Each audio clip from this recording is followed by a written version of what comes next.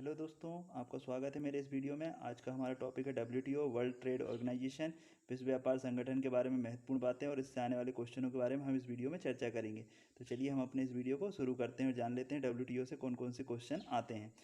तो देखिए दोस्तों, विश्व व्यापार संगठन इसकी स्थापना 1 जनवरी 1995 को जेनेवा स्विट्जरलैंड में की गई थी। ये वास्तव में गेट का परिवर्तित रूप है। गेट एक पुरानी संस्था थी जो व्यापार को नियमित करती थी, तो उसके परिवर्तित रूप के प्लेस पर विश्व व्यापार संगठन की स्थापना की गई है। तो ये विश्व व्यापार को नियमित करने वाली संस्था है। इसके सिद्धांत क्या हैं दोस्तों? तो इसके सिद्धांत हैं गैर भेदभाव। देखिए, दो प्रकार के देश होते हैं, एक होते हैं विकासशील और दूसरे विकसित देश। तो विकसित देश अधिकतर व्यापार पर एकाधिकार जमाना चाहते हैं और विकासशील देशों के साथ अधिक से अधिक व्यापार का लाभ कमाना चाहते हैं। इसलिए WTO की स्थापना करते समय ये बात ध्यान रखा गया कि सभी देशों के साथ किसी भी प्रकार का भेदभाव ना हो, पारस्परिक हो, सभी दोनों देश एक दूसरे के साथ व्यापार करने के लिए बाध्य हो, किसी भी प्रकार की पारदर्शिता हो सभी प्रकार की दोस्तों, क्योंकि अधिकतर ऐसा होता है कि पारदर्शिता कम ही देखी जाती है और सेफ्टी बॉल के रूप में काम करेगी। अर्थात WTO इस तरीके से काम करेगी कि जो गरीब देश हैं उनके हितों की रक्षा कर सके। विश्व व्यापार संगठन के उद्देश्य क्या है दोस्तों? देखिए, सदस्य देशों के नागरिकों के जीवन स्तर में सुधार करना। तो सबसे पहले तो व्यापार को इस तरीके से करना कि जो जितने भी सदस्य देश हैं उनके जीवन स्तर में सुधार हो सके। पूर्ण रोजगार एवं प्रभावी मांग।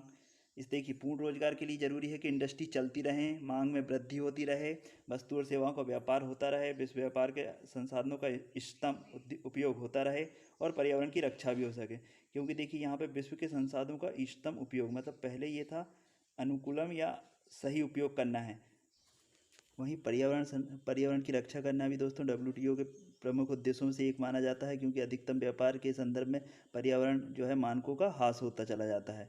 तो कुछ जो हैं गेट के यहाँ पे जो गेट समझौता हुआ था उसके सिद्धांत हैं और कुछ इसके उद्देश्य हैं, दोनों को मिलाकर जो है विश्व व्यापार संगठन के उद्देश्यों को निर्धारित किया गया है। इसके अलावा देखते हैं दोस्तों कि ये किस प्रकार से कार्य करता है। देखिए, कुछ सब्सिडियाँ जो है WTO के तरीके से प्रदान किए जाते हैं। उसमें है ग्रीन बॉक्स सब्सिडी, जो है दोस्तों वैश्व व्यापार को बढ़ावा देने के लिए की जाती है। ये जो सब्सिडी है अच्छी मानी जाती है। इसके अलावा अंबर बॉक्स सब्सिडी दोस्तों, ये व्यापार में विकृति उत्पन्न करती है। इस प्रकार की सब्सिडी देने से जो है WTO मना करता है या इसके लिए इसने निर्धारित शर्तें रखी हुई हैं। उन्हीं शर्तों के अंतर्गत ये सब्सिडी प्रदान की जाती है। जैसे कृषि पर जो सब्सिडी प्रदान की जाती है MSP, न्यूनतम समर्थन मूल्य जो होता है, वो दोस्तों अंबर बॉक्स सब्सिडी के अंतर्गत आता है। और ब्लू बॉक्स सब्सिडी इस शर्त के साथ दी जाती है कि जो सदस्य देश हैं वो जो है अंबर बॉक्स सब्सिडी या व्यापार को विकृत करने वाले प्रावधानों को समाप्त करेंगे, अर्थात व्यापार को बढ़ावा देंगे। तो इस प्रकार से ये 3 प्रकार की सब्सिडी दी जाती है। अधिकतर क्वेश्चन यही पूछा जाता है कि ये सब्सिडियाँ किस संस्था से जुड़ी हुई हैं। तो ये सब्सिडियाँ जो है WTO से जुड़ी हुई हैं। तो मेरे हिसाब से आपको तीनों ही सब्सिडियाँ समझ आई होंगी, जहाँ ग्रीन बॉक्स सब्सिडी उत्पादन में वृद्धि के लिए दी जाती है, वहीं अंबर बॉक्स सब्सिडी पर कुछ प्रतिबंध लगाए हुए हैं। अब देख देते हैं दोस्तों कि WTO और गेट में क्या अंतर है। आपने सुना होगा गेट एक समझौता था व्यापार संबंधित और WTO उसी का परिवर्तित रूप है। अब इन दोनों में भी कुछ अंतर है। WTO वस्तु सेवा तथा बौद्धिक संपदा अधिकारों के व्यापार से संबंधित है, जबकि गेट केवल वस्तुओं के व्यापार से संबंधित था। तो देखिए, यहाँ पे 3 चीज़ों से संबंधित है WTO, वस्तु, सेवा और बौद्धिक संपदा, जबकि गेट केवल वस्तुओं के व्यापार से संबंधित है। WTO के अंतर्गत व्यापार विवाद निपटारा प्रक्रिया मौजूद थी। अगर कोई विवाद उत्पन्न होता है तो वो WTO में इसका निराकरण किया जा सकता है, जबकि गेट में ऐसी कोई प्रक्रिया नहीं थी।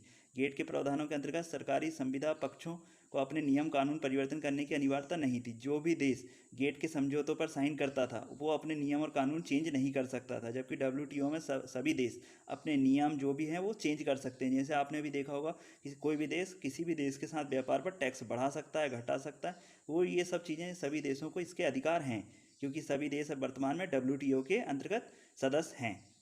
तो इससे आपको दोनों में अंतर समझ आया होगा कि WTO थोड़ा सॉफ्ट समझौता है, जबकि गेट थोड़ा सा हार्ड समझौता था। इसके बाद सर्वाधिक पसंदीदा राष्ट्र यानी मोस्ट फेवरेट नेशन का जो टैग है वो भी इसी के द्वारा WTO के द्वारा ही समर्थित होता है। इसमें क्या होता है, एक देश दूसरे देशों के साथ जो आयात और निर्यात पर लगने वाले कर हैं उनको WTO के अनुसार निर्धारित करते हैं, अर्थात ना तो अधिक बढ़ा सकते हैं ना ही घटा सकते हैं, ताकि दोनों देशों को इसमें व्यापार में लाभ हो।